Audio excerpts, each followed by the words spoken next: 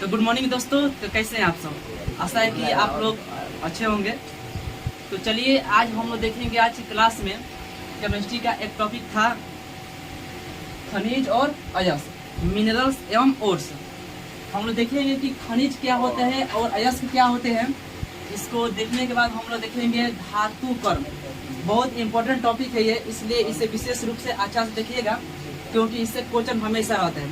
और ये खनिज और अयस्क तो बिहार बोर्ड का नामी जामी क्वेश्चन है, हमेशा हमेशा कभी ना कभी ये पूछते रहता है।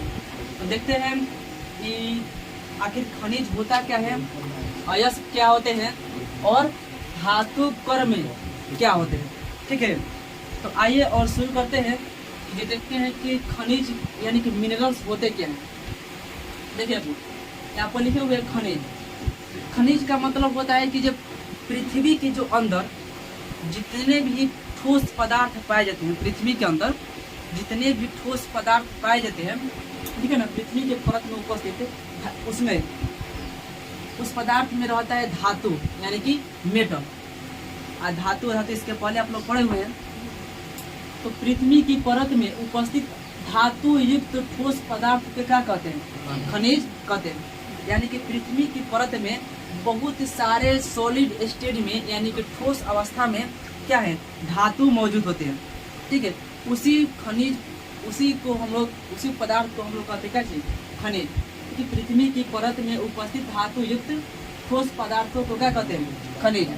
जैसे में यहाँ पर हम लिखे हुए हैं कि ZnS, इसका हिंदी होता है जिंक सल्फाइड। क्या होता है इसका हिंदी, आप लोग लिख लीजिए यहाँ पर ZnS यानी कि जिंक सल्फाइड। ये होता है Fe यानी कि लोह आयरन, इसे बोलते हैं लोह सल्फाइड। क्या बोलेंगे, लोह सल्फाइड। ये होता है सोडियम क्लोराइड यानी कि NaCl। इसी को हम लोग साधारण नमक के नाम से जानते हैं। तो ये कुछ हमारा एग्जाम्पल हुआ कि क्या, खनिज का। तो देखिए खनिज क्या होता है, तो पृथ्वी की परत में धातु युक्त ठोस पदार्थ को क्या कहते हैं, खनिज कहते हैं। जैसे कि जिंक सल्फाइड हो गया, लोह सल्फाइड हो गया और सोडियम क्लोराइड हुआ। नेक्स्ट हम लोग देखते हैं कि ओर्स क्या होते हैं यानी कि अयस्क क्या होते हैं। तो देखिए अयस्क सिंपल लैंग्वेज में समझिए अयस्क होता क्या है। तो अयस्क उसे कहेंगे जिससे धातु का निष्कर्षण यानी कि धातु की प्राप्ति बहुत ही आसानी से और कम खर्च में हो जाए। क्या हो जाए, जिस खनिज में अधिक मात्रा में क्या हो, धातु उपस्थित हो तथा जिससे कम खर्च में आसानी से धातु प्राप्त की जा सके, उसे हम लोग क्या कहेंगे, अयस्क कहेंगे। अयस्क में सबसे अधिक मात्रा क्या चीज की होती है, धातु की होती है। क्या चीज की होती है, धातु की। तो देखिए कि यहाँ पर कि अयस्क होता क्या है, खनिज जिस खनिज में अधिक मात्रा में धातु उपस्थित हो तथा जिसे कम खर्च में आसानी से धातु की प्राप्ति की जा सके, उसे हम लोग कहते हैं अयस्क। जैसे यहाँ पर एक बोर्ड पर लिखे हुए हैं कि बॉक्साइड। बॉक्साइड एक अयस्क है, और वह किसका अयस्क है, तो वह एल्युमिनियम का अयस्क है। यानी कि एल्युमिनियम का निष्कर्षण यानी हमको एल्युमिनियम प्राप्त करना हो, उसके लिए हमें क्या चाहिए, बॉक्साइड चाहिए। बॉक्साइड का हमेशा सूत्र पूछते रहता है कि इसका सूत्र क्या होता है। यहाँ पर लिखे हैं कि Al2O3 इंटू 2H2O। बॉक्साइड का ये सूत्र होता है Al2O3 इंटू 2H2O। तो पूछा जाएगा कि एल्युमिनियम का अयस्क क्या है, तो एल्युमिनियम का क्या है, बॉक्साइड। ऐसे क्वेश्चन घुमा कर पूछा जा सकता है कि बॉक्साइड से किसका निष्कर्षण किया जाता है, तो एल्युमिनियम का। हम लोग देखें कि खनिज क्या होते हैं और अयस्क क्या होते हैं। आइए अब हम देखते हैं, नेक्स्ट टॉपिक है कि धातु कर्म, मेटालर्जी क्या होता है। धातु कर्म यानी कि मेटालर्जी क्या होता है। बाबू कितना हाली बताए हैं, पढ़ते समय बोर्ड पर, चलते समय हमेशा ध्यान देना चाहिए, बाहर तक रहे आप। देखिए ध्यान से, धातु कर्म मेटालर्जी क्या होता है। तो धातु कर्म का मतलब होता है बाबू कि अयस्क से धातु प्राप्त तक की, यानी अयस्क देखे ना, अयस्क यानी कि अयस्क से लेकर धातु जब तक ले प्राप्त हमें नहीं होती है उस समय तक की हम लोग कहते हैं क्या, धातु कर्म। यानी कि अयस्क से धातु प्राप्त तक की संपूर्ण क्रिया को क्या कहते हैं, धातु कर्म कहते हैं। अयस्क से शुरू करेंगे और कहाँ तक प्रक्रिया तक, जब तक हमें शुद्ध धातु प्राप्त न हो जाए वहां तक की क्रिया को हम लोग कहेंगे धातु कर्म। अब इस धातु कर्म में हम देखेंगे जो धातु कर्म होते हैं, इस धातु कर्म में कुछ निम्नलिखित पद होते हैं जिसे बिना जाने हुए आगे की जो भी टॉपिक होगा समझ में नहीं आएगा। तो यहाँ पे लिखे होंगे धातु कर्म में प्रयोग होने वाले कुछ मुख्य पद। देखते हैं कि क्या क्या उसके मुख्य पद होते हैं और उसे समझने का प्रयास करेंगे। सबसे पहले देखेंगे कि गैंग क्या होता है। गैंग देखिए, जो भी हमें धातु प्राप्त होती है ना, जमीन के अंदर जितने भी रहती है उसमें कुछ धूल कण लगे होते हैं, यानी कि अशुद्धि रहती है उसमें। उसी धूल कण अशुद्ध पदार्थ को हम लोग क्या कहते हैं, गैंग कहते हैं। मान के चलिए कि पृथ्वी में हम कोड़ेंगे कुछ, जब भूमि कोड़ेंगे तो इसके अंदर से कोई हमें एलिमेंट मिलेगा, तो उस एलिमेंट में तो कुछ मिट्टी उट्टी धूल कण तो लगा रहेगा ना, उसी धूल कण को हम लोग क्या कहते हैं, गैंग कहते हैं। आपको लिखा हुआ है कि अयस्क में उपस्थित अशुद्धि को क्या कहते हैं, गैंग कहते हैं। उसके बाद देखते हैं कि दूसरा स्टेप में इसका मुख्य पद है अयस्क का सांद्रण। सांद्रण का मतलब क्या होता है, सांद्रण क्या मतलब होता है, सांद्रण से छान लेना। सांद्रित यानी कि अयस्क है ना, अयस्क में जो अपशिष्ट पदार्थ होता है, अयस्क में उपस्थित अशुद्धि को दूर करना ही क्या कहलाता है, अयस्क का सांद्रण कहलाता है। यानी कि कोई भी एलिमेंट हम जब धरती से पृथ्वी से निकालते हैं तो उस अयस्क में कुछ धूल कण रहते हैं, उसे दूर करने की क्रिया को क्या कहते हैं, अयस्क का सांद्रण। जब भी हम लोग को शुद्ध धातु प्राप्त करना होता है तो शुद्ध धातु में डायरेक्ट नहीं मिलती है, उस सबसे पहले पृथ्वी के अंदर से अशुद्ध धातु प्राप्त होता है। उस अशुद्ध को पहले गैंग यानी कि जो भी कूड़ा कचरा होता है उसे गैंग हो गया, और जो भी कूड़ा कचरा उसमें लगा होता है उसे क्या करते हैं, पहले साफ कर देते हैं। उसी साफ करने की क्रिया को कहते हैं अयस्क का सांद्रण। और जब साफ हो जाएगा तो फिर उसे गर्म किया जाता है, और गर्म कर कर फिर उसे शुद्ध धातु क्या करते हैं, प्राप्त करते हैं।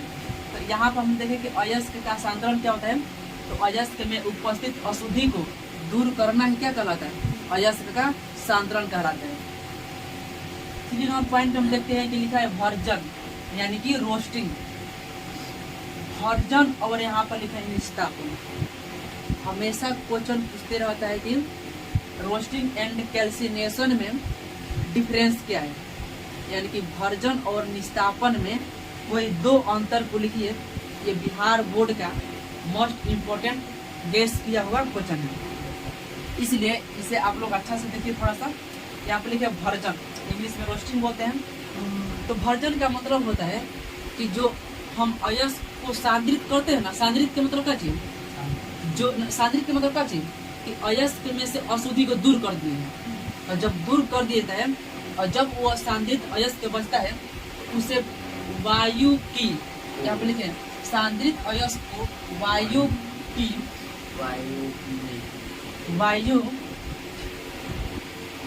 की उपस्थिति में गर्म करते हैं, यानी कि वहाँ पर ऑक्सीजन रहना चाहिए। भर्जन का मतलब हुआ कि जो अयस्क सांद्रित किए हैं उसे हवा की उपस्थिति में क्या करें, गर्म करें, उसे हम लोग क्या कहते हैं, भर्जन कहते हैं।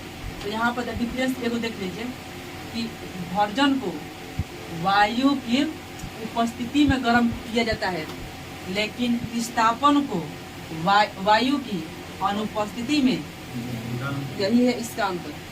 ठीक है, तो पूछा भर्जन क्या है, तो भर्जन वह होता है जब सांद्रित अयस्क को वायु की उपस्थिति में गर्म किया जाता है। वायु की उपस्थिति में गर्म किया जाता है उसे हम क्या कहेंगे, भर्जन कहेंगे। और वही वायु की अनुपस्थिति में गर्म करेंगे उसे हम क्या कहेंगे, निस्तापन। अंतर समझ में आ रहा है? इसमें वायु होनी चाहिए, इसमें वायु नहीं होनी चाहिए, ये डिफरेंस हो गया। जो भर्जन होता है इसका प्रयोग सल्फाइड अयस्क के लिए किया जाता है। सल्फाइड यहाँ पर शुरू बताया है, सल्फाइड, ठीक है ना। यानी कि भर्जन का प्रयोग सल्फाइड अयस्कों के लिए किया जाता है। यहाँ पर लिखे यह सल्फाइड अयस्कों के लिए प्रयुक्त किया जाता है। लेकिन निस्तापन में देखेंगे तो यह ऑक्साइड एवं कार्बोनेट के लिए, यहाँ पर हाईलाइट कर लीजिए, ऑक्साइड एवं कार्बोनेट के लिए प्रयुक्त की जाती है। और यह क्वेश्चन बहुत वाले पूछ चुका है कि भर्जन किसके लिए उपयोग किया जाता है, सल्फाइड अयस्कों के लिए। और वहीं निस्तापन किसके लिए उपयोग होता है, ऑक्साइड एवं कार्बोनेट के लिए उपयोग होता है। तो ये हमारा हुआ कुछ पद। अभी इसका 2-3 को और पॉइंट है, चलिए उसको भी हम लोग समझ लेते हैं, तब तक इसे नोट डाउन कीजिए।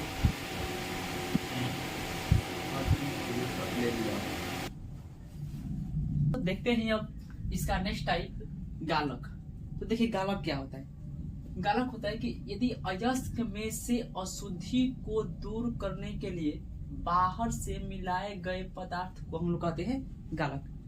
यानी कि जो अयस्क होता है, तो अयस्क में बहुत सारे अशुद्धि होती है, तो उसको दूर करने के लिए एक बाहर से पदार्थ को क्या करते हैं, हम लोग मिलाते हैं। उसी पदार्थ को हम लोग कहते हैं गालक कहते हैं, ठीक है। तो ये हमारा 5वां स्टेप होगा फ्लक्स, कि अयस्क में से अशुद्धि को दूर करने के लिए बाहर से मिलाए जाने वाले पदार्थ को हम लोग कहते हैं क्या, गालक, ठीक है। आइए हम देखते हैं इसका जो 6 नंबर पॉइंट है, 6 क्या है। 6 में है यानी कि स्लैग, यानी कि धातु मल। धातु मल क्या होता है, ध्यान समझिए। धातु मल के मतलब होता है कि अयस्क में उपस्थित अशुद्धि तथा बाहर से मिलाया गया फ्लक्स जब मिलता है, जब इस दोनों को, अयस्क में उपस्थित अशुद्धि और जो ये फ्लक्स है बाहर से, ये फ्लक्स जब आपस में मिलाया जाता है तो उसे हम लोग कहते हैं क्या, धातु मल। यानी कि यहाँ पर हम लिख सकते हैं कि धातु मल बराबर हो जाएगा चीज अशुद्धि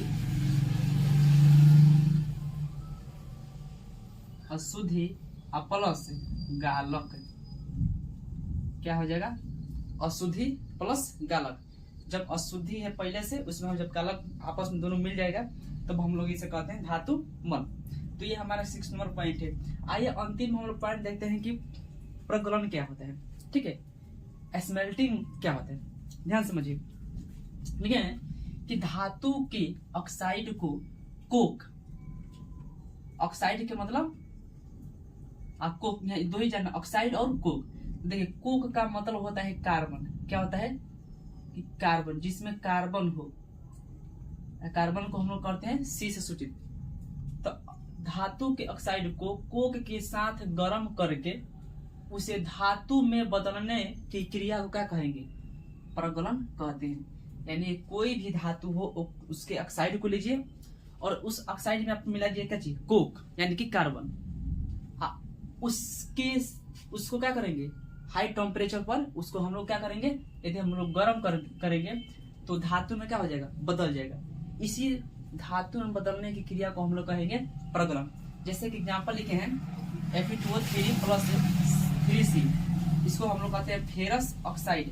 ये हमारा कोक हो गया यानी कि कार्बन, ठीक है। तो जब हम फेरस ऑक्साइड को कोक के साथ हम लोग मिलाते हैं तो हमारा बनता है फेरस यानी कि आयरन, लोहा, और ये हुआ हमारा कार्बन मोनोऑक्साइड। हमारा क्या बना, ये बना हमारा लोहा और ये बना हमारा कार्बन मोनोऑक्साइड, ठीक है। तो इस तरह से हम लोग देख लिए कि धातु कर्म के जो 7 स्टेप होते हैं, उस 7 स्टेप को हम लोग बड़ी बढ़िया से समझ चुके हैं। तो चलिए इस टॉपिक को हम लोग यहीं पे स्टॉप करते हैं।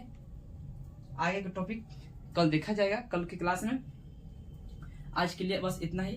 तो चलिए जाने से पहले एक बार आप लोगों से मैं कह देना चाहता हूँ कि यदि आप लोग को ये वीडियो पसंद आया हो, वीडियो को लाइक, सब्सक्राइब और अपने दोस्तों के साथ शेयर जरूर कीजिए, ठीक है।